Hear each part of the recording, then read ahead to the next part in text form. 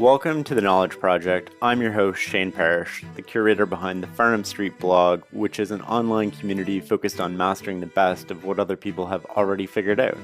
The Knowledge Project is a place where we look at interesting people and uncover the frameworks they use to make better decisions, live life, and make an impact. On this episode, I have one of my favorite people, Adam Grant. Adam has been Wharton's top-rated teacher for so many years, they should just name the award after him. He's also one of the most influential management thinkers. Oh, and in his spare time, he's written New York Times bestselling books Give and Take, Originals, and co-authored Option B with Sheryl Sandberg. We talk about the differences between givers and takers, what he learned about coming up with creative ideas, and how he fosters resilience in his kids. We also explore the replication crisis in psychology and how he manages his work-life balance. Adam's answers will change how you see yourself at work, how you parent, and how you live. I hope you enjoy the conversation as much as I did.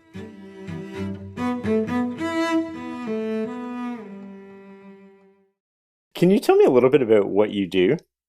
Oh, I guess I'm an organizational psychologist, and I split my time between a bunch of different roles. I'm a professor at Wharton. I teach an MBA class, an undergrad class, leadership, teamwork, organizational behavior. That's all in the fall. And then in the winter, spring, summer, I'm an author, speaker, consultant, and occasional recovering data geek. How's that? How do you find time for all of that?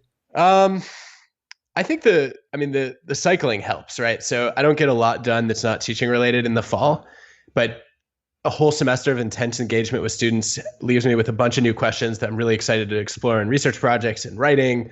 And then, as I go and speak about new ideas, I get new ideas back, and it feeds into changing my class each fall. So it's really nice to kind of juggle these different hats. How do you filter which problems you work on? So you walk away from students with, probably hundreds of different ideas. How do you pick the ones that you're going to focus your attention on? So like you, I keep an idea journal, and it's a little notebook that I carry around in my pocket. And every week I transcribe the little notes that are handwritten into a Word document, super high tech. And then about once a month, I like to just review the notes. And, usually I do it when I've given myself permission or freedom to work on something new and creative, because I feel like I've actually finished something that was, sort of more in completion mode. And then as I go through it, what I'll notice is if an idea has come up more than once, that's either a sign that it's really interesting or that I'm just depressingly consistent. And I'll sort of focus on the ideas that I've written about multiple times without even remembering having done it. And then I also try to filter a little bit on, if we understood this problem better, or if we had a way to tackle it, how much of a difference would it make for people's lives, especially their lives at work? And the more important it feels of, all the ideas that I find personally interesting, the more likely I am to pursue it. So are you doing research after you start pursuing those ideas and then a book follows? Or walk me through that kind of process of how we actually get to consume all of your amazing thoughts? So often what happens is I feel like, a chunk of my job is basically to read all the interesting new research that's coming out in the realm of work and psychology and figure out how it can be applied to, to make our work lives less miserable and help organizations become less unproductive. And then, oftentimes I'll be, either in the classroom with students, or I'll be out, doing research and consulting in an organization, or, I'll be speaking on stage, and I'll see something or hear something or experience something that directly contradicts what I've been reading in research, or that's just totally uncaptured in research. And so then, I'll start doing a bunch of digging to figure out well, wait, is it just that I've missed the data representing this, or did the data not exist? And if it's the latter, then if I'm interested enough in it and I feel like I have something important to say about it, then I'll start a research project on it. And, it could be months, it could be years before the project sees the light of day. And then I guess over the period of, several years, I start to notice patterns. I'm revolving around some similar questions, or, developing a philosophy that's bigger than one study or one insight. And then, that might suggest that there's an article to be written or a book to be written. And then, eventually I decide to do it. How long did it take you to write your first book? So for give and take, there are two answers. One is that it took me about 4 months, and the other is that it took me about a dozen years. Okay. The 4 months is like the actual intensive writing period. I do a lot of my writing in bursts, and so once I had the idea and an outline together, I spent several months pulling together all the research that I wanted to cover. A lot of which was collecting dust in my head, but I needed to go out and find some new studies that I wasn't familiar with yet, and then also playing journalist to find the people that I wanted to interview and observe to really bring their stories to life and try to make the data sing. And that was several months of prep. And then I sat down and it was like about 4 months writing the first draft of the whole thing, and then several months after that editing it. And so from idea to like a finished product, it was about a year. But with give and take especially, it was I'd spent a dozen years doing research on the topic. Right. And so the ideas were developing. I was doing the studies, and I guess it was a long time coming. Is that the one that correct me if I'm wrong, but you wrote a book, it was like 105,000 words, and then you started all over again? Oh, thanks for reminding me of that, Shane. I was really looking forward to reliving that experience. But yes, I did write over 100,000 words. So what happened was, this was, spring of 2011, I got tenure. And a couple of weeks later, a friend and colleague, Barry Schwartz, reached out and asked if I wanted to work on a book with him. And I was just incredibly excited about the opportunity. I love the paradox of choice. Yeah. Which I know you're a fan of. And I'd hosted Barry for a few talks. We then wrote a paper together, and he was one of my favorite collaborators. I just thought it would be so much fun to try to take, important ideas and bring them out into the world, more than just in the classroom with a few hundred students per year. And I was getting ready to say yes. And I happened to mention it in a lab meeting with a group of my undergraduates. And they basically refused to let me do it. They were like, look, we will drop out of your lab. We will disown you as a professor. And I'm like, can you even do that? What does that mean? But they just said, look, if you're going to write a book, you should start with your own ideas. Not work on, sort of a new topic with somebody, who you love collaborating with. You have a worldview, and it's not out there where anybody can access it. And so I eventually decided that they were right. And I toyed around with a bunch of different ideas, finally decided that the give and take was the idea that I was most passionate about. And once I had a vision for it, I started working on the proposal and accidentally wrote the book over a summer. Accidentally wrote a book. I sat down with, a glass of wine and came out on the other side with a fully formed manuscript. It definitely didn't happen that way. Like I woke up in the morning and I basically wrote until it was dinner time. And then, I would start the next, sometimes I'd have more ideas later at night. And then, I repeat the next day. And I had so much, I guess I had a lot that I wanted to say. I had a lot of studies that I wanted to cover, and I finished it and I sent it to my literary agent. It was like, no one would want to read this who's not an academic. You need to start over and you need to write like you teach, not like you write research papers. I was like, oh yeah, forgot about that. That was when I started actually, organizing all the different things that I wanted to say and going out and finding stories. And so that was like the false start before the real book. Well, whatever the process was, Givers and Takers turned out amazing. So maybe you should do that for all your books. I don't know. Thank you. I wouldn't wish it on anyone. I definitely don't plan to do it that way again. But there was something useful about that process, which was, I often find I have to write a longer summary of a study before I really start to distill what the core aha is, or why I care about it. And that's especially true for the areas that I know really well. Like Steven Pinker would call it the curse of knowledge, where for years I didn't even teach my own research in the classroom.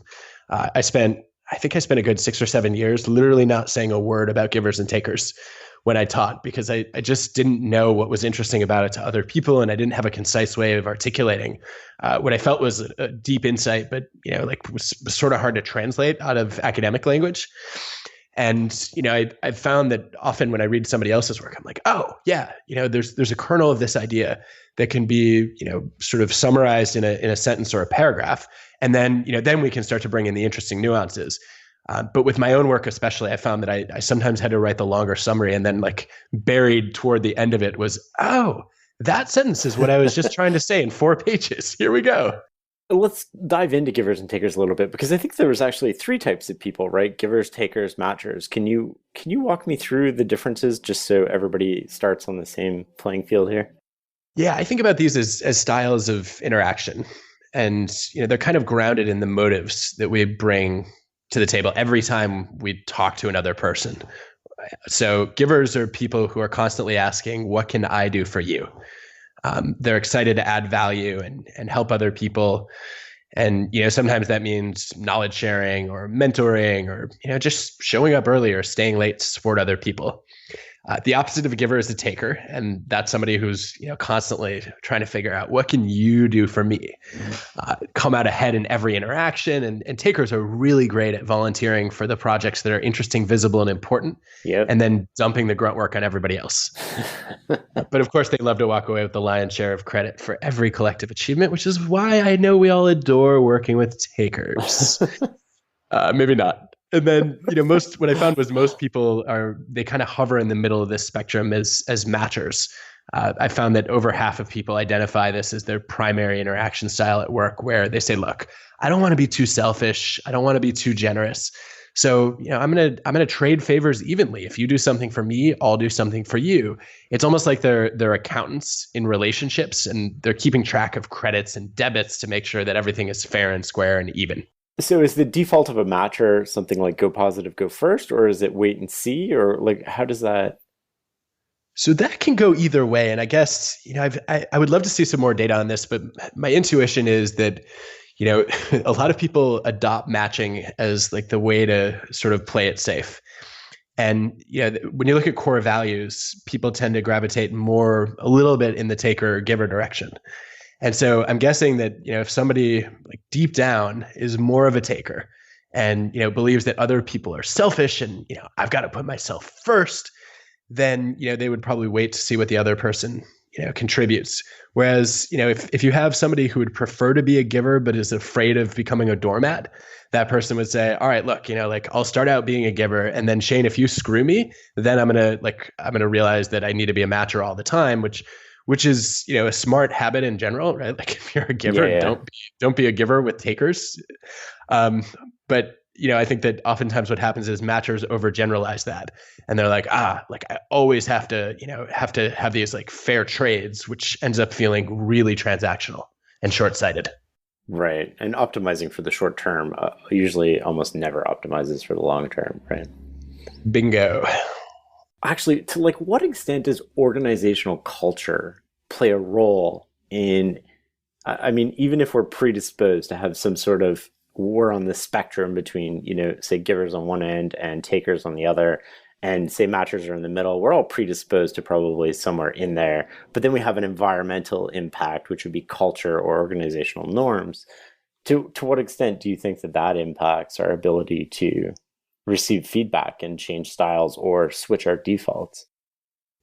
Culture is huge. We know that. We know that, for example, if you start out in a really competitive team and then you try to shift the norms to become more cooperative, it doesn't work. And you end up with this pattern of cutthroat cooperation where I'm pretending to help you, but I'm really looking for ways to stab you in the back. Whereas, if you go the reverse, if you start out cooperative and then you say, all right, we're going to move more competitive, people naturally fall into this pattern of friendly competition. Right. Where it's like, we're going to I'm going to try to beat you, but I'm really hoping that you push me to raise my game. And, afterward we'll go out for drinks and, maybe the loser buys the winner dinner. And it's so interesting that, trying to get to that same place, it doesn't work if you start out with more taking than giving norms. Right. And I think that, a lot of what we see with the impact of culture is around the theories that people have about what it takes to be successful. And I guess the tragedy that I've seen in a lot of organizations across sectors is you have these leaders who say, look, we want people to be collaborative. We want them to help each other and, problem solve together. And then we're only going to measure and reward individual performance. And so you end up basically disincentivizing people to act like givers. And so a lot of people then check their values at the office door and they say, look, this is not a safe way to operate here. And if you see that happen systematically over time, you'll build a culture where every new person who walks in the organization will look up the hierarchy and say, I don't see any givers who are extremely successful here. Right. And that may not mean that I have to be a taker, but it sure means I have to be, I have to be careful not to be generous. Right. And, I think I guess it's, to me, it's one of the great tragedies of organizations that we end up, even in organizations that have matcher or giver cultures, oftentimes, if they're not strong, if those cultures aren't strong, you end up with successful takers still being the most visible people.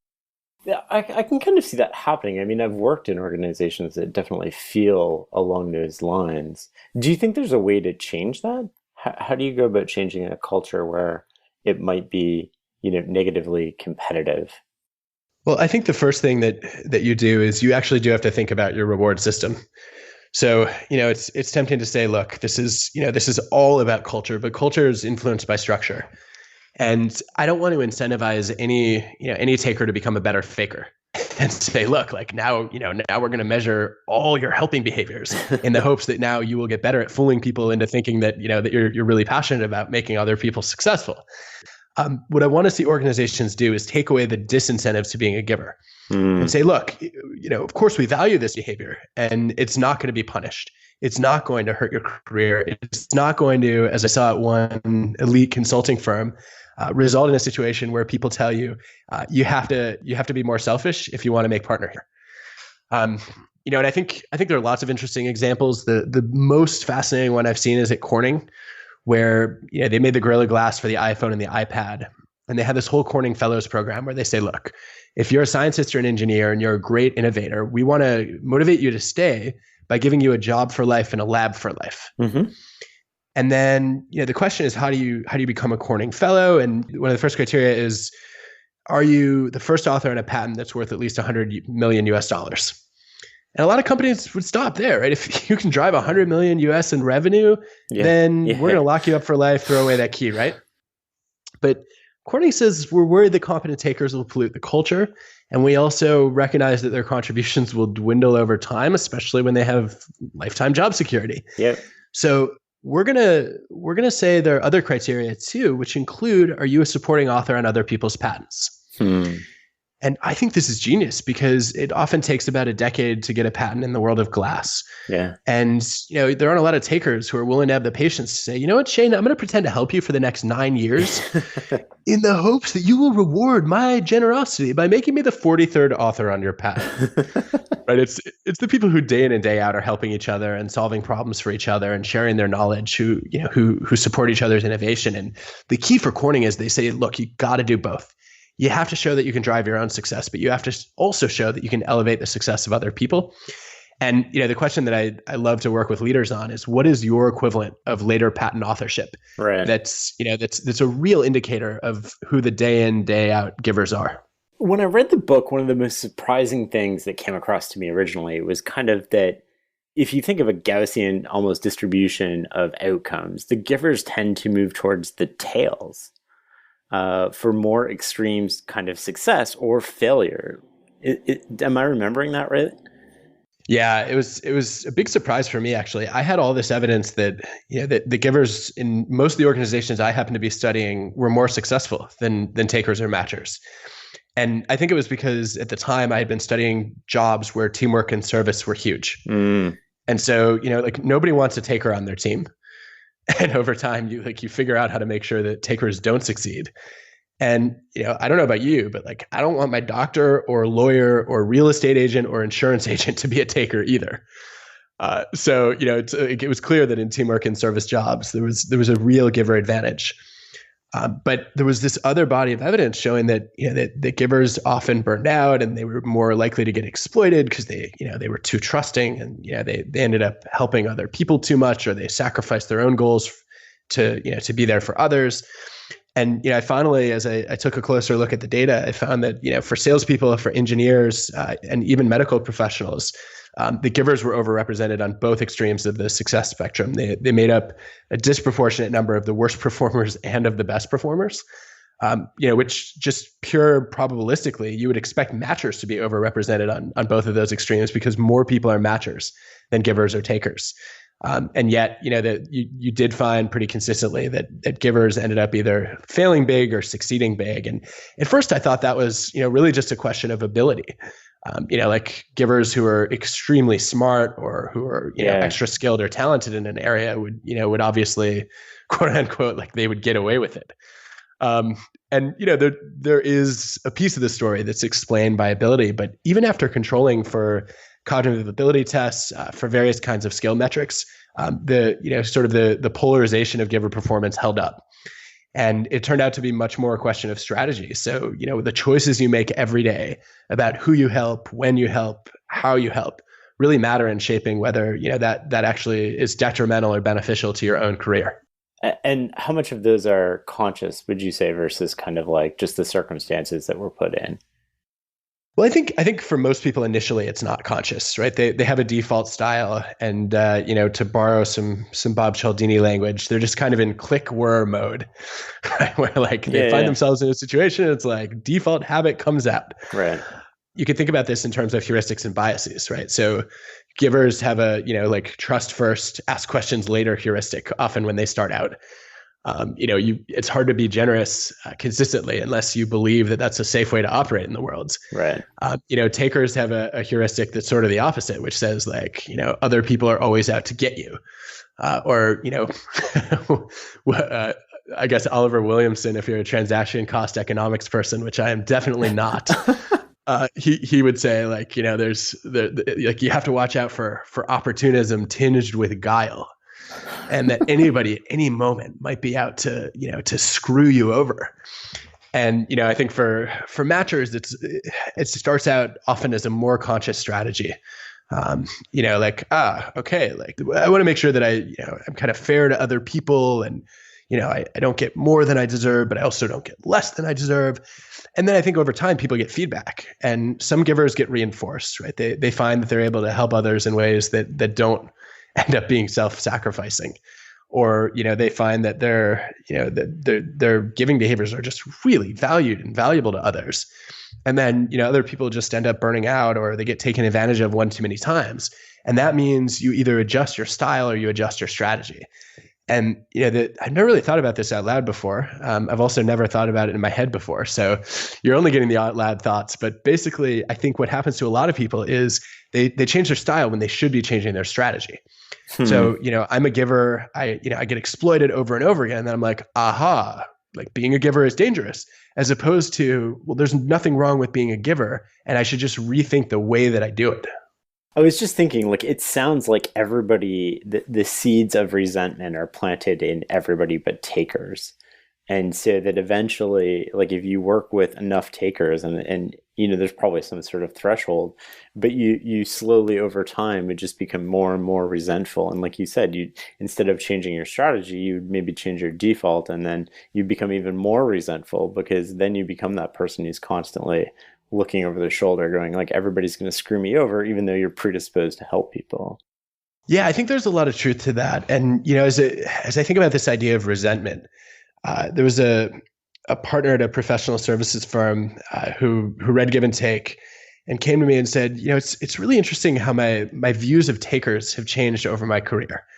He said, so, I think of myself as a giver, which is a good qualifier, because if he had just said, I'm a giver, I would have been like, nope, dude, you're a taker. A little too quick to claim the generosity label as opposed to trying to earn it. But, when he said, I think of myself as a giver, it was clear, okay, he's saying like, I value helping others. I enjoy it. I want to be the kind of person who does that with no strings attached. And he said, early in my career, I really resented takers because I felt like they were trying to cheat the system. And, a sustainable system is one where, it's all givers, because, if everybody helps everybody, then, you don't have to worry about trusting anybody. So your relationships and, even your work, they just become way more efficient. And you also then, that means if everybody's a giver, you can go to anybody you might want to, even if, you don't have a close relationship with them. And that means you have a better shot at, reaching the most connected person or the best expert. And, if the whole system works that way, then, we can all go to the people who are best poised to help us. That's the way that the world should work. And, these takers are screwing us, and they're forcing us to have more and more matchers in the system who, will kind of wield the sword of justice and punish takers. And, that shouldn't have to be that way. And he said, now this is, sort of reflecting on about a 30-year transition. He said, now when I meet a taker, I just feel sorry for them. Like, what kind of life do you have to have lived to believe that everybody's out to get you? And that every single interaction you have, if you don't come out ahead, then, somehow you're going to fall way behind. And he said, like, it's just got to be like really unpleasant to live in this person's head. And it tracks with something that Bob Sutton is fond of pointing out, which is he's like, look, if you're a taker, professionally, and you manage to achieve success, you're still a loser in life. Yeah. True enough. And you're probably not very happy, right? These are the people that I think want do-overs at the end of their life when they realize that they don't have a lot of meaningful friendships or relationships. The people who leave the organization and they seem to have a lot of friends, but then they all disappear the next day. Yeah, I think there's a lot of truth to that. Although I am curious about, the time horizon that it takes for that, that regret to kick in, because Jennifer Acker has some data suggesting that, sort of day to day, takers experience more pleasure than givers do. Oh, that's because interesting. they get to make like every choice is exactly what they want, whereas givers end up taking on more of the burden of responsibility and duty and saying, look, like maybe it wasn't that fun to do this thing for another person, but it's really important to me to live those values, or I care about this person, or it'll cost me a little bit of time, but it'll benefit them a lot more. And so like I actually love this cost benefit calculus that I found that a lot of givers use viscerally, which is like, it's not like, do the benefits to me outweigh the cost to me? It's, do the benefits to others outweigh the cost to me? Right. And I think that in the short term, that can be unpleasant. And if you spend every hour of your day doing that for a few weeks, it's not surprising that takers will seem happier. But yeah, I mean, in terms of in the long run, building meaningful, lasting relationships, feeling like you contributed to something bigger than yourself, I feel like takers are at a major disadvantage there. I was gonna, as you were saying that, one thing that I was thinking was kind of, if you're going through that and you're doing something that is at maybe a high personal cost but beneficial to everybody else, and you're kind of like sucking it up and doing it because it's the right thing to do, you would kind of internally search and find meaning in that. And then you would connect to maybe the broader picture or the meaning of the organization or what you're trying to accomplish, and you would attach yourself to something outside of yourself. But I mean, I'm just thinking out loud. I had a question I wanted to dive into, which is there empirical evidence that a team of all givers will outperform like a mixed team, or like how do you think about that? So I think you will appreciate this as a fellow Charles Darwin fan. So Darwin wrote about this. He didn't have any data for it, but I was going back and sort of rereading like what there's this sort of like when we use the word Darwinian, it almost suggests that everybody's a taker, right? Where there's this survival of the fittest mentality, and that means like if I don't defeat you in some way, then you might end up defeating me. And yet Darwin himself wrote that, I think the direct quote was that if you had a tribe where they were always ready to aid one another and to sacrifice themselves for the common good, they would be victorious over most other tribes, and this would be natural selection. And that was Darwin basically hinting at the idea of group selection, which has been incredibly controversial in evolutionary psychology and biology over the last half century or so. I think David Sloan Wilson has made a very compelling case that group selection, at least under certain conditions, is real. And it's not hard to figure out why this might be, because if you have a group of all takers, it's basically every man or woman for themselves. And you end up with these constantly suboptimal decisions and allocations of effort where instead of figuring out what's going to be best for the tribe, everybody's basically maximizing their own outcomes, which leads to all kinds of externalities and inefficiencies. Whereas if everybody's a giver, you sit down and you can say, all right, like what does the group need to be successful? And then, you sort of match people's roles to their unique expertise or skill set or contribution. And that's basically a foreshadowing of what we now have about 35 years of evidence for, which the main way this gets studied in my field of management and organizational psychology is organizational citizenship behavior, which are, all the behaviors that are not part of accomplishing the core task, but are still relevant to the functioning of the team or the organization. So it's, speaking up with ideas and suggestions, going the extra mile with your effort. It's sportsmanship. It's showing loyalty to other people. It's helping out day to day. And if you look at the aggregate of those behaviors, they are critical to team and organizational effectiveness. And a lot of organizations recognize this. We know, for example, that if you look at the meta-analyses that Podzikoff and colleagues have published, that the amount of time you spend helping others is as critical to your job performance as how well you do your actual tasks. They carry about equal weight in the average performance evaluation, and this is data from over 51,000 employees accumulated. They also carry about equal weight in promotion decisions. And so many organizations have evolved norms or heuristics over time that say, look, even if we're not good at rewarding individual giving behaviors and valuing those, in the aggregate, we don't want to promote people who are takers as successful because we know that the organization depends on giving behaviors. And where I think this gets a little more nuanced is breaking down what kind of giving behavior does the organization really need. And this is also where a lot of givers sort of shoot themselves in the foot, because they end up in reactive mode saying, all right, I'm going to help with whatever requests I get, as opposed to starting with, proactively, like what is the organization trying to accomplish? Exactly. What's the mission? And then what's the most valuable, most irreplaceable contribution I can make that advances the team or the organization's mission. And then if you align your giving with those collective goals, the behavior obviously adds a lot more value. Did you do any work to see if those were the ones that became the positive outliers? Not yet. I think I'd like to see somebody to do it. I think that it seems likely that, it fits into some things we do know empirically. So we know, for example, there's some neat research by Rapp and colleagues, which basically shows that if you spend a lot of time helping other people, if you have poor time management skills, that's really bad for your performance and your productivity. But if you have good time management skills, it actually seems to contribute positively to your performance and productivity. And what that suggests is that people who are more thoughtful about how they spend their time end up, either they end up just getting more done, period, and they have more time to be helpful. But also, they end up helping in ways that are clearly more valued by others. And I think there's, you could extrapolate from that. Okay, there are multiple ways of being thoughtful. If you care about being generous. And, one of those is to say, look, I've got to sort of draw the Venn diagram of what the organization needs most. And then, what are my most distinctive skills? And the overlap between those two is where I should be doing most of my giving, if not all of it.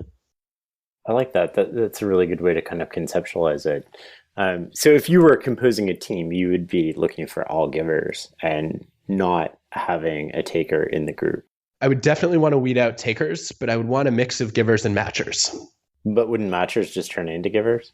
They would, but if you have strong matchers who really believe in fairness and justice over compassion and generosity, then you have much more foolproof sort of taker detection and defense mechanisms. Because, again, givers tend to be too trusting. Matchers tend to they fight fire with fire, so they're tough on takers and they're generous with givers. And it's just, it's a good safeguard to have some people who operate like extreme matchers in your group. I like that. Switching gears, so your second book you wrote was Originals, which is kind of what we can learn from great creators. So what's the high level that you got out of that in terms of what we can learn about great original creators? So I noticed after I wrote Give and Take that a lot of the questions I was getting from executives and emails from readers were around, like, if I have a culture of takers, how do I change it into a culture of givers? And as I worked with this question more, I realized it was sort of a special case of a broader question, which is, if I want to change my culture, how do I do that? And I sort of had that, I guess, in the back of my mind. And I also started getting a lot of questions from my students about, I come into to an organization and I'm kind of at the bottom of the hierarchy, but I have an idea or suggestion that I think is really important. How do I get heard? when I don't yet, have the authority to drive real change. And then on the flip side of that, I had a lot of leaders asking, well, how do I fight groupthink and, get people to challenge their own assumptions and, think creatively. And I'd been doing this body of research on proactivity, which was all about, being the kind of person who takes initiative and champions change and, says, look, like I'm not going to be a conformist. I'm not going to follow other people just for the sake of it. I'm going to advocate for the ideas that I believe in. And, I guess all of this was sort of brewing. And I eventually decided that what we needed a book that was sort of a sequel to Creativity. Because there are tons of books out there based on volumes of evidence about how to generate more creative ideas. And I felt like those books basically kind of left off at, well, like, what do you do once you have an idea? Yep. How do you know if it's any good? How do you speak up effectively? How do you build a coalition of advocates and allies? And then, some related questions around like timing. How do you know when to act? And, ultimately, how do you build a culture that, that allows people to bring ideas forward effectively? And so, that was kind of where I started. And I walked in thinking that, like anybody who's a highly original thinker, and is comfortable being a nonconformist, must be, somebody who loves taking risks and who always acts in advance, sort of first mover before everybody else, and who has really good judgment about ideas. And I found that I was wrong on all three of those fronts, that the most original people among us pretty consistently are extremely risk averse. So they really like sort of real clarity and maybe even certainty about success. Right. And they do everything they can once they have an idea to de-risk it and make it, something that's not going to expose them to the possibility of failure. But they also remind themselves that, it's like, it's bad to fail, but it's even worse to fail to try. And, that's how a lot of them stay motivated. And then the first mover advantage was a total myth. So it turns out that if you look at the entrepreneurship realm, for example, or companies launching new products, on average, the sort of the settlers as opposed to the pioneers, the second and third movers, are about 7 times less likely to fail than the first movers, because it's really like it's a huge amount of work to create a market from scratch.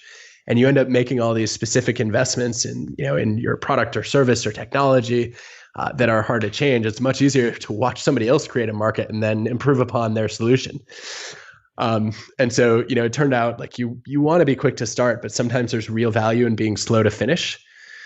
And then, on the judgment point, I was really stunned that the most original thinkers had more bad ideas than their peers.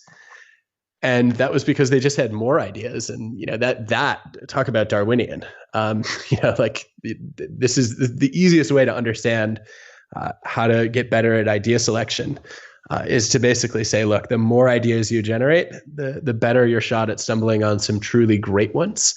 And you have to tolerate a lot of sort of dead ends and false starts in order to have a shot at doing something truly worthwhile.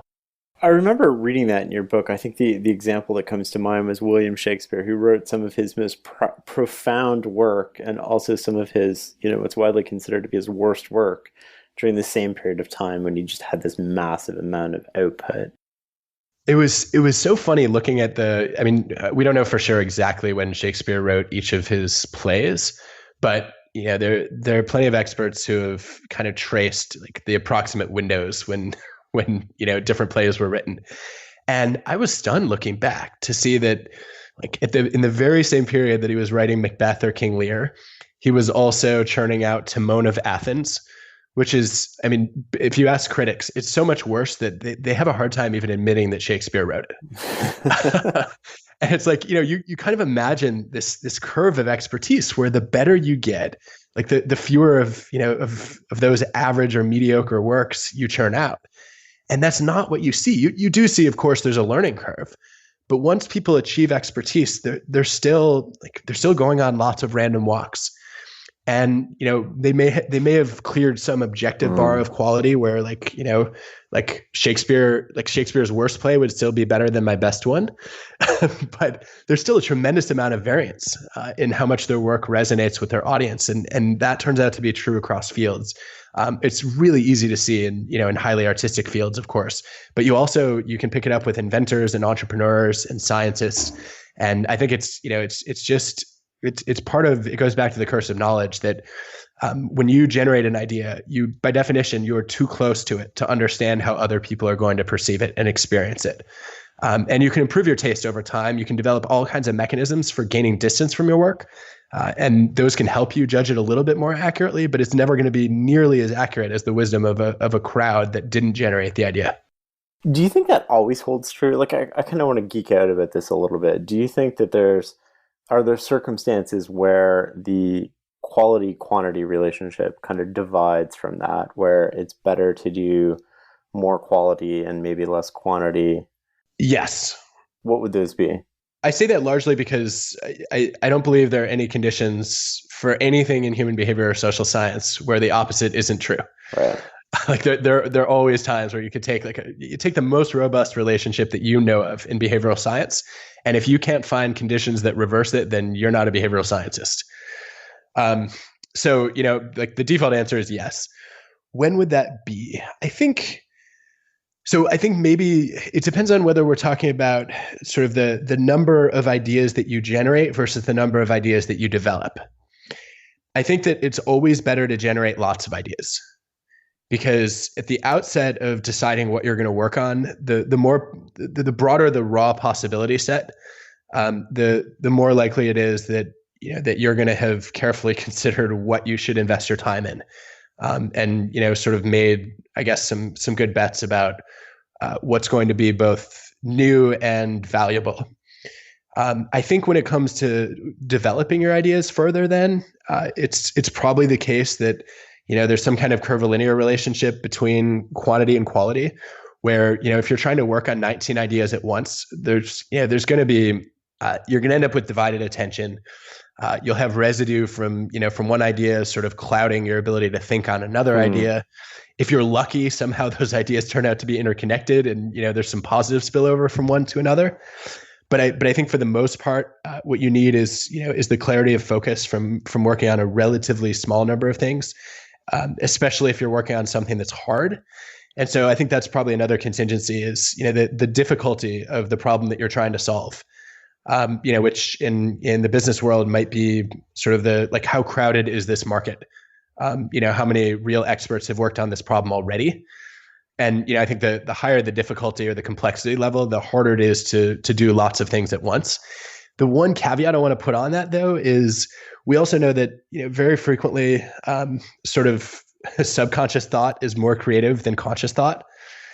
You've probably tracked the Dijksterhuis work on this at some point, and I think that one of the reasons that working on at least a few ideas as opposed to just one can be useful is that it sort of keeps the wheels turning in the back of your mind on the previous idea that you were working on, right? And sometimes it sort of works itself out for you, which is really convenient.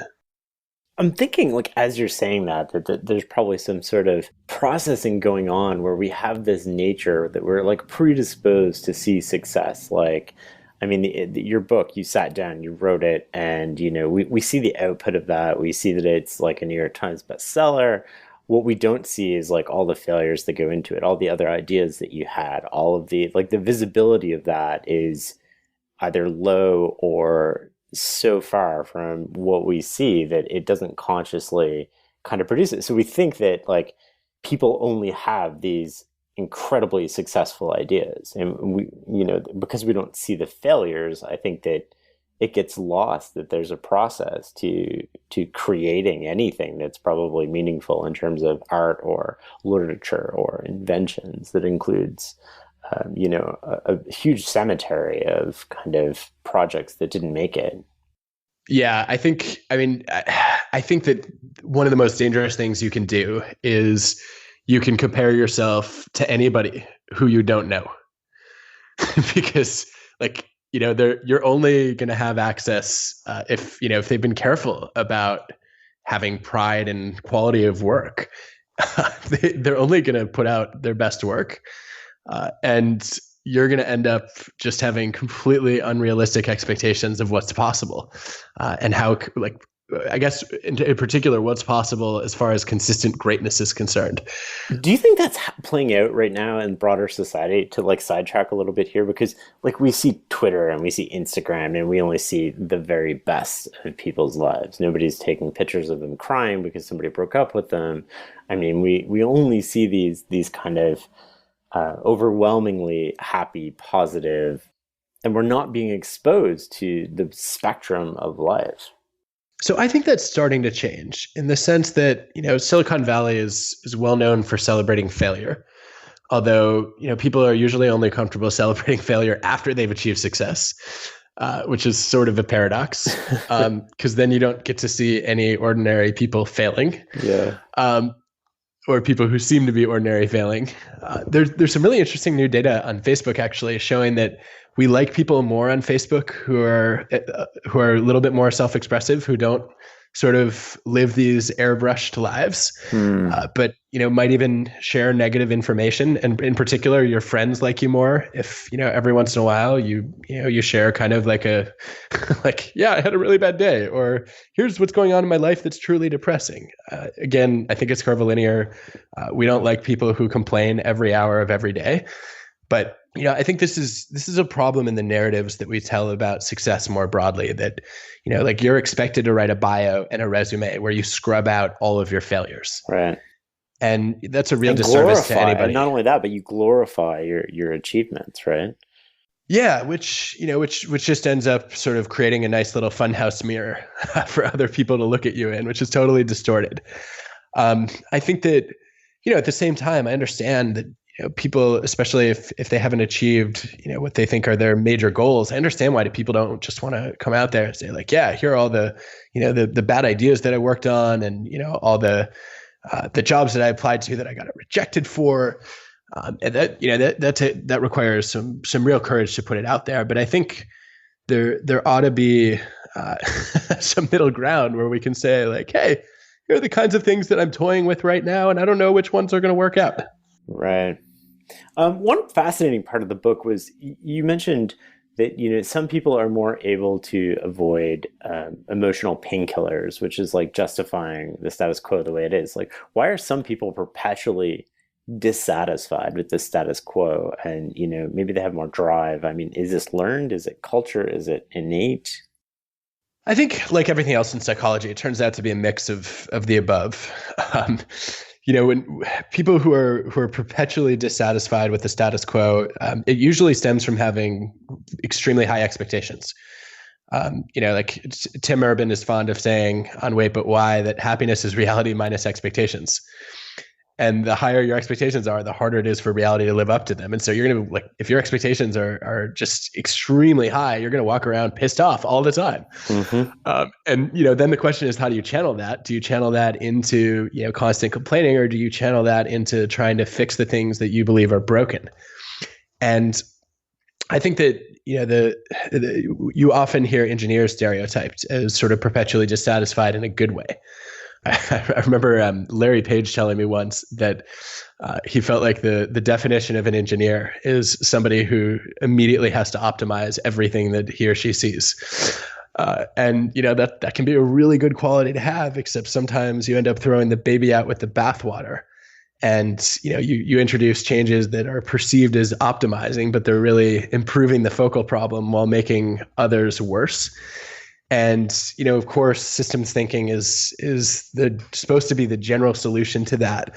And I think that's where, you start to see, okay, if you're perpetually dissatisfied and you're looking at the world through a microscope, then it's really hard to end up solving problems in a way that's useful.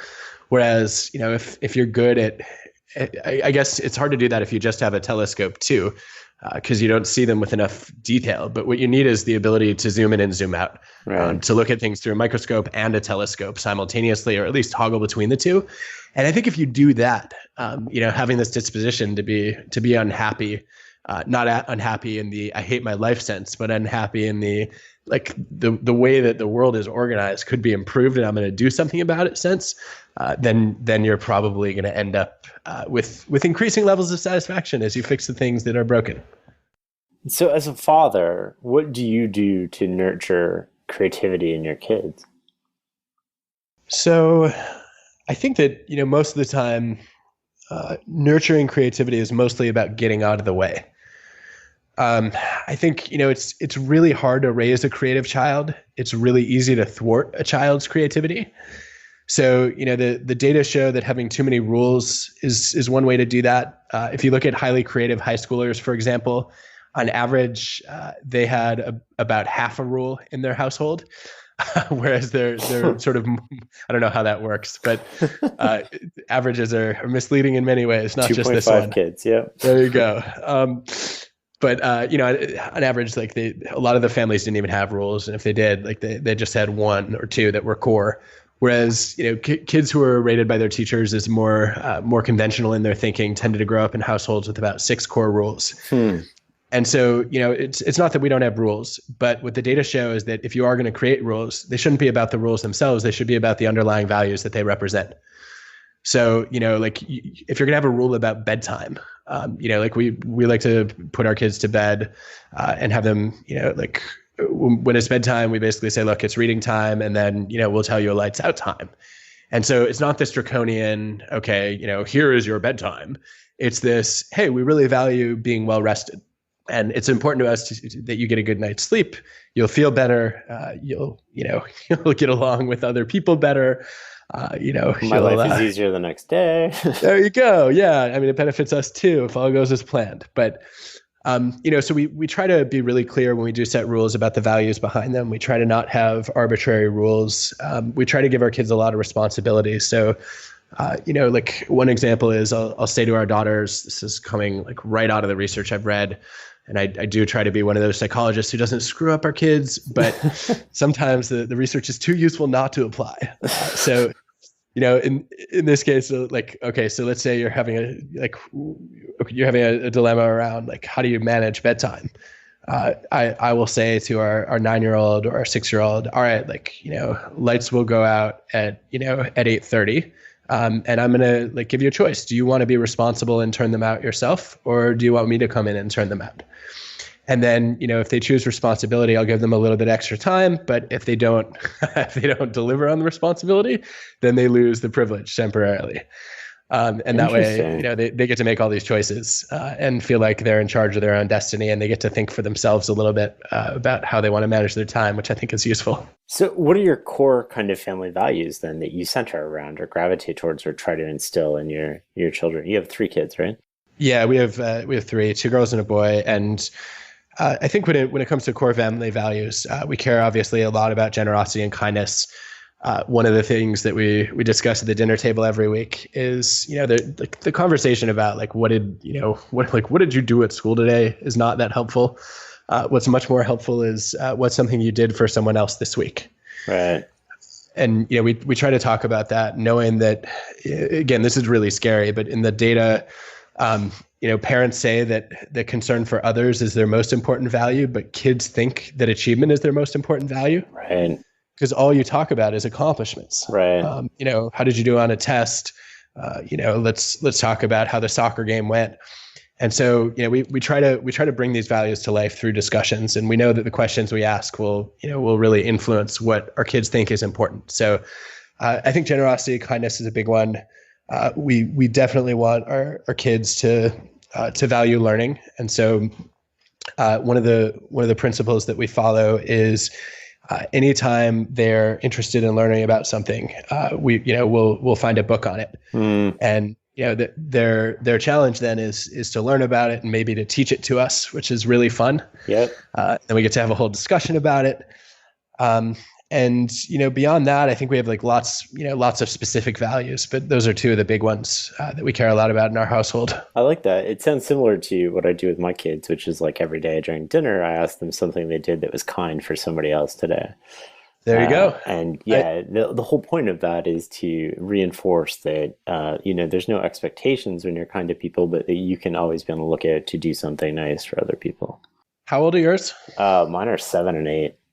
Impressive. I often find that like if you do that daily, there's may not be enough opportunities. Yeah. Well, I mean, the conversation isn't at like an adult level either. It's kind of like some days are better than others. That's fair. I remember when we first started having these conversations, it'd be like, well, I didn't steal his pencil kind of thing. And that was the nice thing. And I'm like, I think we need to have a broader conversation about what nice means. I love it. Moving on to option B, which kind of just came out, which is about kind of facing adversity and building resilience, which you co-authored with Sheryl Sandberg. I love that book. I mean, at times I was happy and sad, and the emotion that it evoked in me, and then the realization that I was doing things, trying to help other people through things that were just completely tone deaf to their reality. It was incredible. What did you learn writing that book about kind of facing adversity and building resilience? So I think one of the big takeaways for me is that I don't think we're very good at mental time travel. I think when something goes wrong in our lives, whether it's professional or personal, when we face hardship, what we do is we basically, we amplify it and we catastrophize it. And it starts to feel like this is the worst thing, that's ever happened to me. And, in rare cases it is, but that's pretty stiff competition, right? For something to be the worst thing that ever happened to you, like of all the bad things that have ever occurred in your life, this has to be worse. Mm-hmm. And, the odds are that most of the time when something bad happens, it's not the worst thing. And I think that one of the skills that we all need to develop is the ability to get in touch with our past selves. And it's something that Sheryl is exceptionally good at. It's something that I've read a lot of research on, is to imagine, okay, like what would my past self have done in this situation? And when you do that, a lot of times you see that there are skills that you're equipped with now that you didn't have before. And when that's not the feeling, the next thing is to say, all right, what's an adversity that I went through that was similarly difficult or even worse, and how did I overcome it? And remembering that you have faced difficulties in the past, that you've gotten through them, one, it sort of boosts your self-efficacy and gives you confidence that you can do it again. And two, sometimes it even gives you strategies that you forgot about that you might have deployed earlier in your life and have just lost sight of. And I think that kind of mental time travel is extremely valuable. Do you practice that now? Or do you, of course. Do you do that only when you're in kind of situations of adversity, or is it something you do more regularly now? It's something that I've started doing also for I guess for occasional accomplishments. So I remember publishing Give and Take. It was a really amazing feeling to write a book. Like I've loved books since the day that I could read.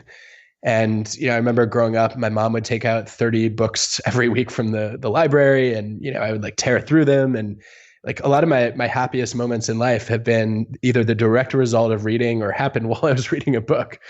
And also a lot of the thoughts that have most, I guess, shaped my worldview have come from books. And so the idea of actually becoming an author was such a meaningful, I guess, life transition. And then Originals came out, and it was like, yeah, I wrote another book.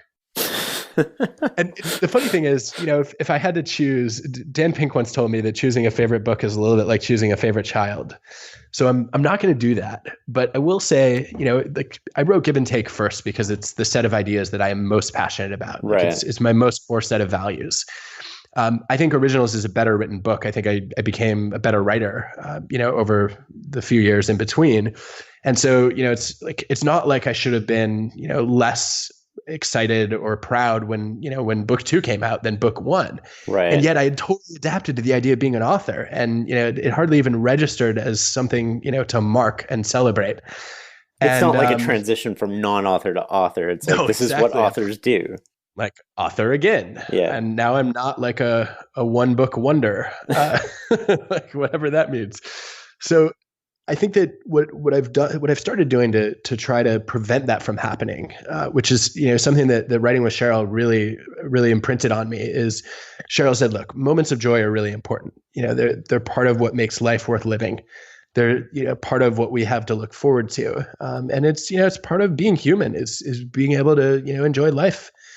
And you don't want to deprive yourself of that. And so when these milestone moments do occur, what I do now is I rewind about 5 years and I ask myself, okay, if my 5 years ago self knew this was going to happen, how excited would I be? And then it's like my responsibility to be that excited now. And then I have this annoying internal monologue about like, well, I'm not as excited. Why am I not as excited? And then like it's just not fun anymore. But it actually does get me most of the time back in touch with the emotions to say, wow, like if you had told me 5 years ago that, that I would have written a second book, I would have freaked out that anybody read my first book and that there was an audience for a second one. And that also, I had an idea that I thought was worth devoting a whole book to, or a question that was worth, writing about for that many words and pages. And that to me has been something that transcends adversity, that, kind of rewinding and saying, all right, how would I look at the situation I'm in now if I could earlier in my life, usually is a way to, I guess, sustain some appreciation and gratitude and even some satisfaction. What kind of conversations do you have with your kids about building resilience and, facing adversity? Oh, well, I think most of the time what we do is we end up asking our kids to think about this through the eyes of others. So one of the things that's hard for anybody, but especially hard for kids, is when you're in a difficult situation, it's hard to gain perspective on it. And usually the emotions are overwhelming your ability to think, right? So you could say in in Kahneman terms that it's all system one and not enough system two. Mm-hmm. And so the way that we try to prepare our kids for that is we ask them whenever we're facing difficulty, or whenever they come home and tell us about a friend at school who ran into a difficult situation, we ask, well, what should I do, or what should your friend do? And we actually ask our kids for advice. And the hope is that helps them rehearse, kind of thinking through different kinds of hardship, that, it gives them some go-to strategies to work with. And that also, there's this research on how one of the, as you know from reading Option B, one of the big ways to build kids' resilience is to show them that they matter. Mm-hmm. And mattering is just the belief that other people notice you, care about you, and rely on you. And I think most parents are exceptionally good at the first two. Like, we know we're supposed to notice our kids. That's why we have lots of rules about no smartphones at dinner. And we also go out of our way to do tons of things that show how much we care about them. But we forget that relying on kids is also a way to build their resilience, because it shows them that, that they're not helpless, that they have the strength to do things for others. And so the hope is that, whenever we ask them for advice on navigating a dilemma or a challenge, that, that makes them feel that they matter, because we are willing to rely on them. I like that a lot. I want to switch gears a little bit here. As an organizational psychologist, what do you think of the educational theory of communities of practice internal to organizations? I think communities of practice are one of the most, I would say, undercited and underapplied literatures mostly in kind of the microsociology world.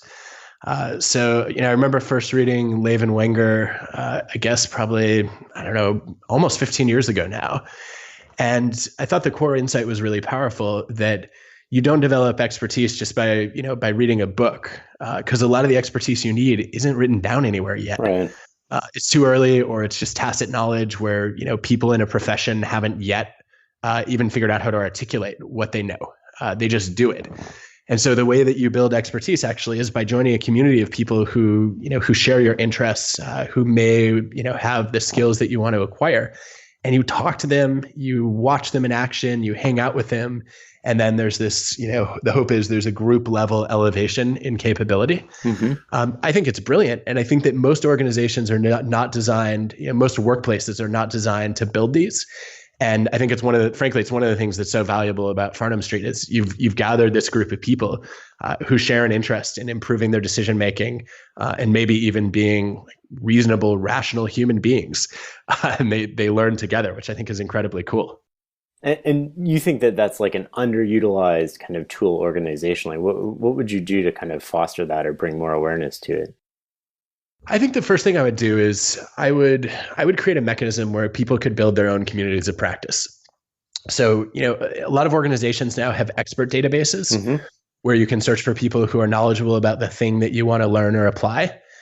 And I think that's useful, but it's kind of backward. What you should have are mechanisms for people to say, look, I want to learn more about this. Who else Yep. wants to learn about it? Yes, we can learn together instead of Yes. And then, once you have a critical mass around a topic, either because it's just something a lot of your employees care about, or it's something that has real relevance to the future of the organization, then you can start to think about bringing experts in or putting organizational resources behind it.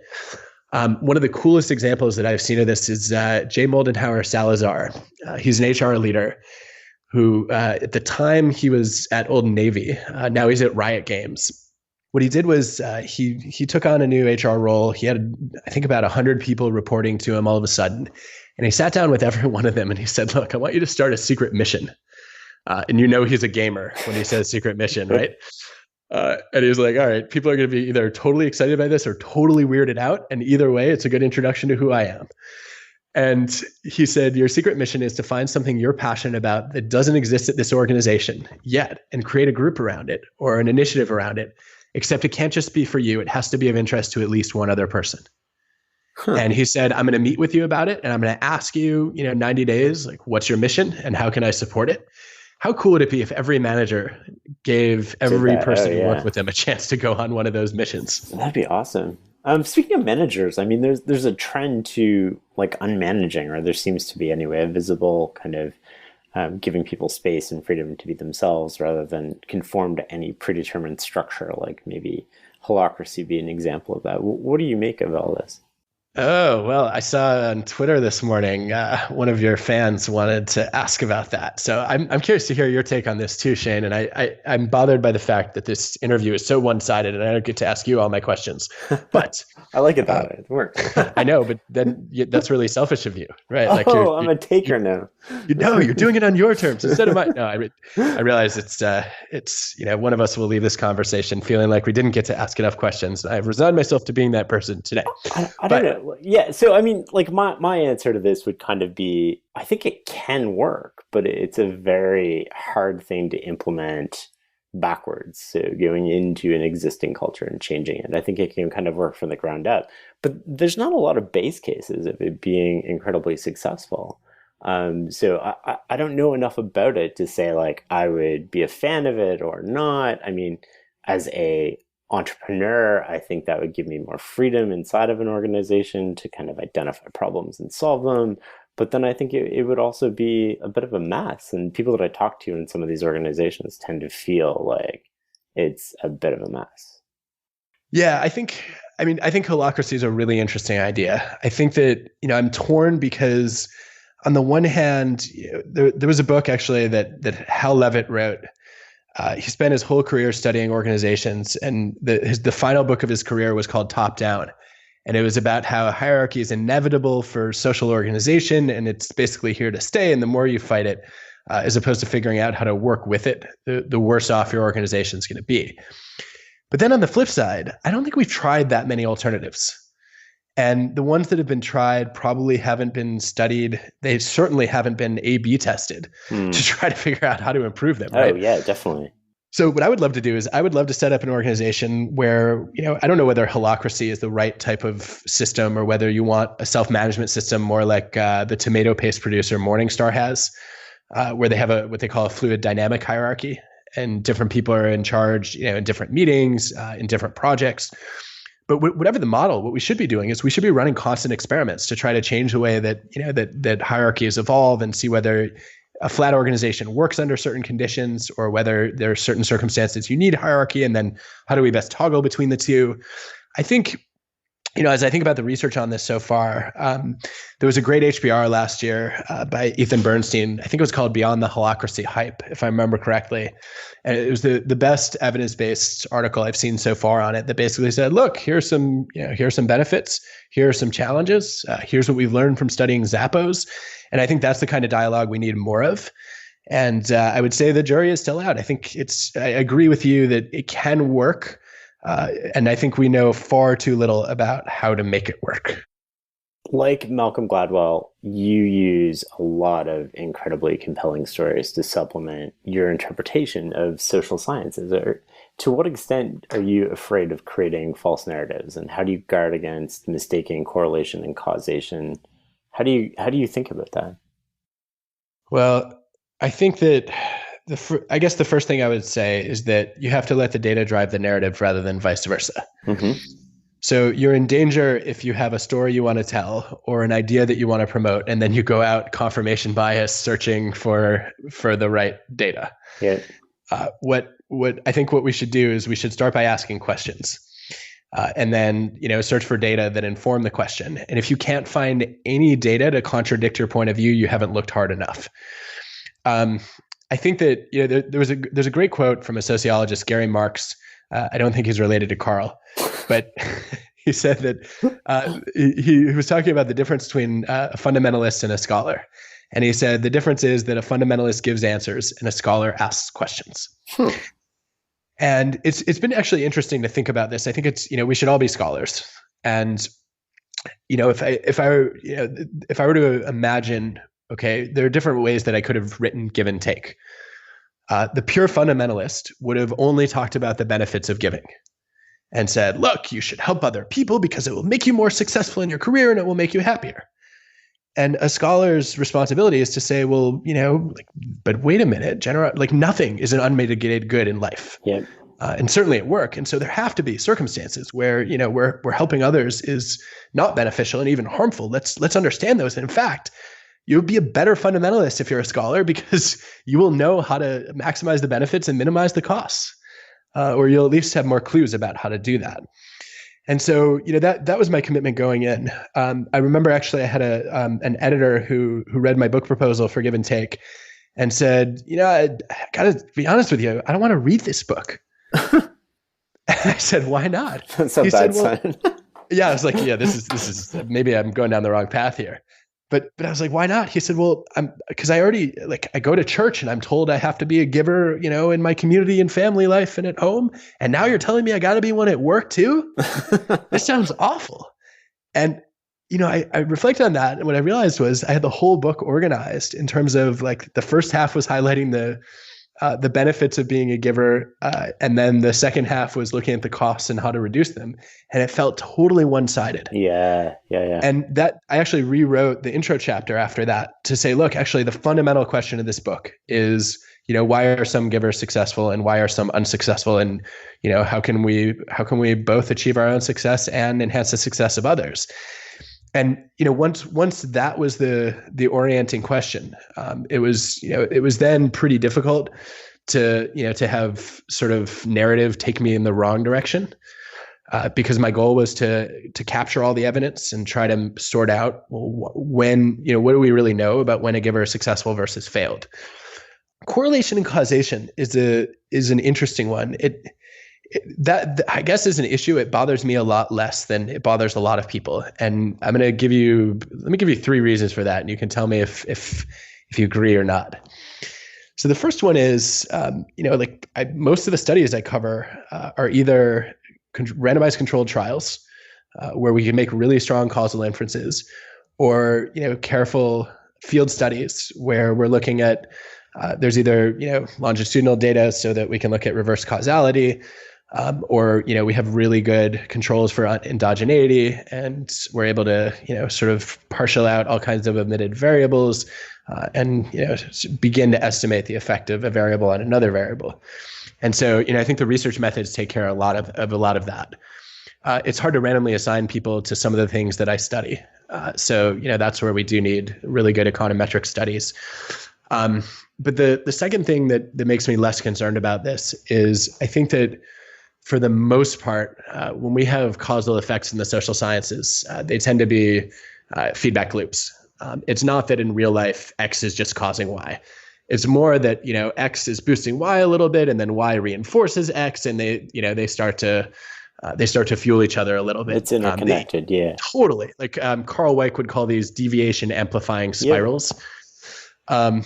But the easy one is success confidence, right? Where you lack confidence at something, you try it, You develop your skills a little bit more. And then as you have success, your confidence goes up, and that leads you to try more things, and that prepares you for bigger success.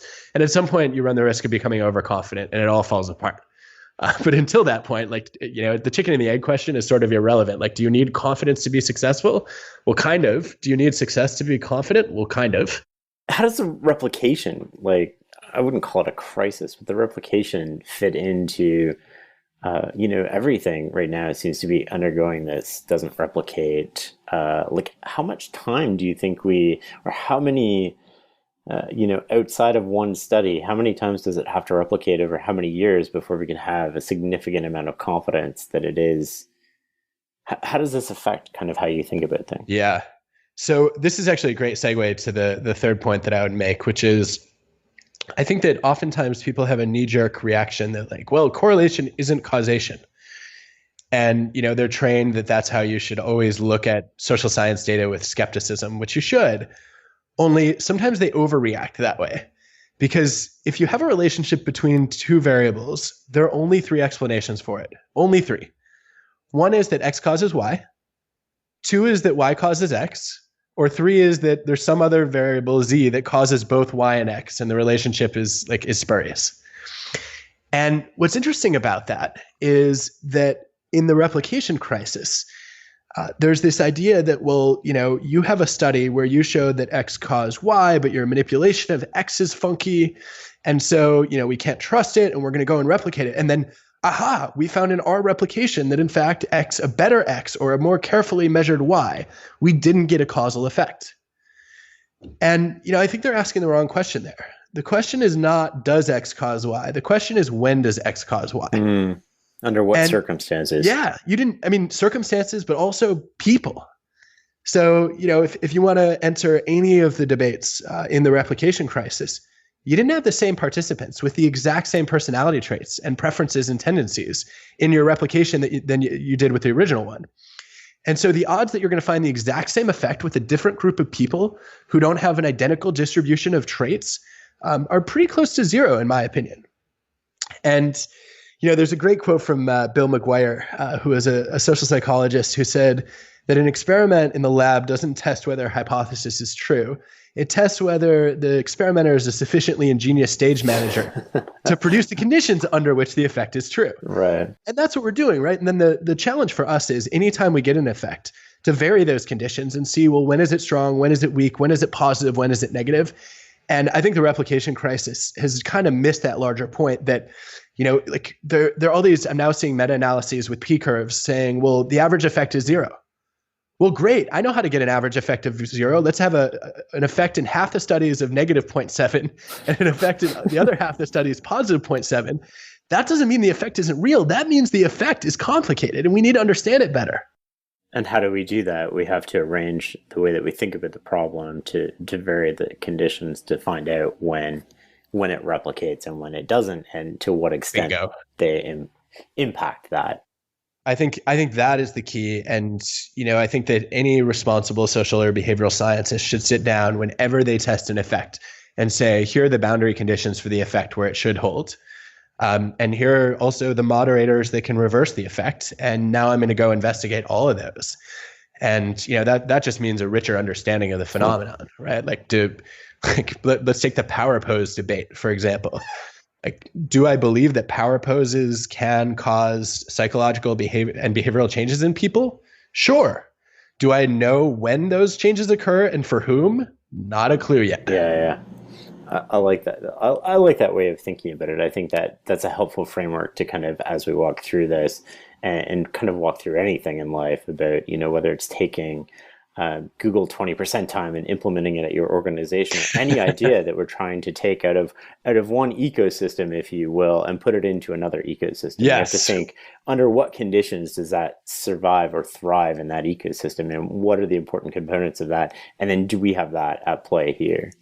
Yeah, it's funny. I remember I was at a conference last year, and I was doing a little session on my research, and an elderly gentleman walked into the room, and I didn't recognize him. And I leaned over to somebody and whispered, "Who is that?" And the answer was, "That's Charlie Munger." Nice. And I tried to punt the speaker role so that we could all listen to him, but he just, he wanted to ask some questions and have a conversation. And at one point, somebody brought up his line of him wanting to know where he was going to die so he could never go there. And I thought that was like, it's the clearest way of explaining like how much in life is conditional. Yeah. And it's not like, okay, he's assuming he's going to experience an event, right? The question is like, what are the sequences of choices that I make that will lead me to experience that event? And, especially when we study human behavior, like we can affect like maybe the first move in those sequences of choices, but there's this thing called free will that gets in the way and affects the rest of them. And I think it's quite remarkable that we can ever design studies where we get robust and consistent effects in different samples or different contexts, because people are incredibly complicated. I'm super conscious of time here. I got one question left for you, a personal question more so, I guess, is like, you're prolific, right? You do so much. Is there a ceiling, do you think, to what we can accomplish and live a balanced or harmonious life? Oh, hello, pot. I am kettle. Tell me about this. I mean, I'm amazed by how much you publish every week. And, I like when I open your newsletter, I'm like, okay, this is going to be the week where Shane's newsletter is only going to be other people's writing. Because with all the reading that he does, there's no way that he's also writing. So I'm going to fire this question back at you. I will give you my answer, which is, I think that having kids has made me I work a lot less than I used to. Like I used to work basically with all of my free time. And now I get almost all of my work done when our kids are at school or camp or asleep. And, I think that it's made me more efficient with some of the things that I do, but it's also caused me to choose to do less and do less well, is the hope. And I think that, yeah, of course there's an upper bound, right? Like you can only work so many hours in the day. You can only, like, even if you have a million thoughts, you can only say them or type them so fast at this point. And then you're going to want to work on, making them really clear and sort of compelling to other people. And so, yeah, like, of course there's a ceiling. I think everybody has a different ceiling based on, their motivation and their capability for the particular work that they're doing.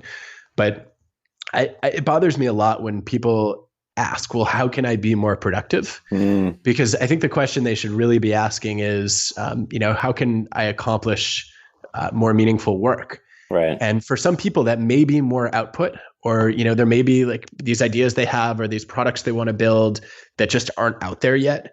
But I think for most people, productivity is not necessarily the answer. And it's more about asking, how do I use my time and my skills effectively?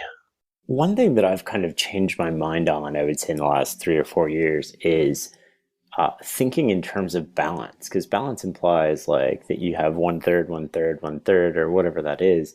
And I think more in terms of harmony now between work and life, and intermixing them. I mean, I'm fortunate that I can intermix them to the extent possible, and I can travel with my kids and then meet people and do all of these things kind of together. But the flip side of that is, making time for what's important, and kind of using a regret avoidant framework. I love spending time with my kids. I want to have dinner with them every night.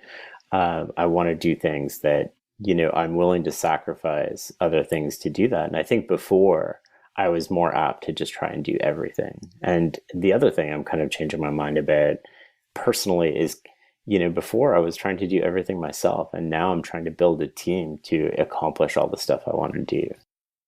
Well, I love that. And, I think the idea of harmony, Shane, really resonates. There's a whole literature on work family.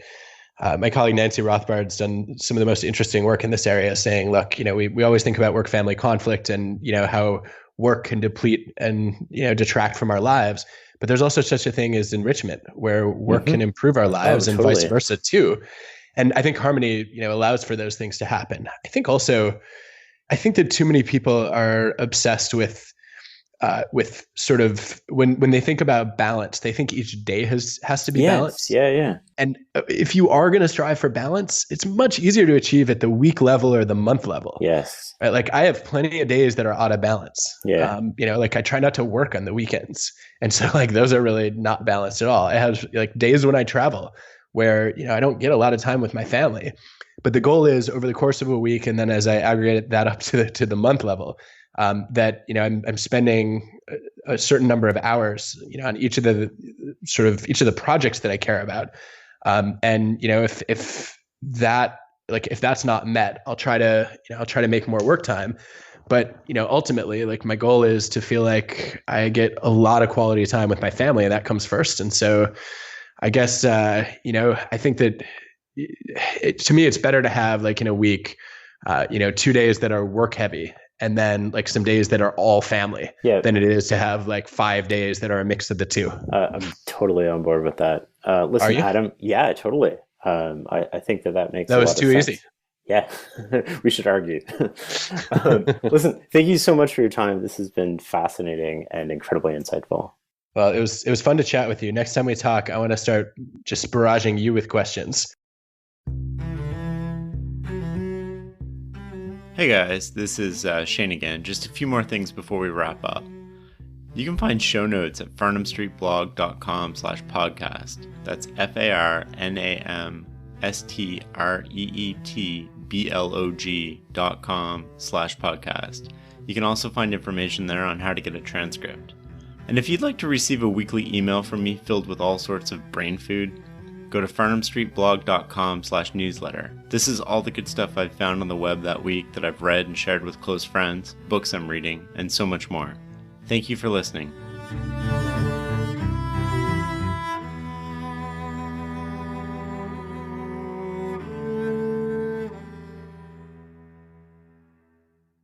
This episode is brought to you by Inktel. Every business needs great customer service in order to stand out and gain a competitive advantage. Yet many businesses struggle with how to provide their customers with world-class customer service. Inktel Contact Center Solutions is a turnkey solution for all of your customer care needs. Inktel trains their customer service reps to know your business almost as well as you do and help you build your brand. Managing a call center can be a complicated, expensive, and time-consuming task. And you still might not be able to do it well. So do what many leading companies do and outsource your customer service needs to a partner who specializes in taking care of your contact center needs.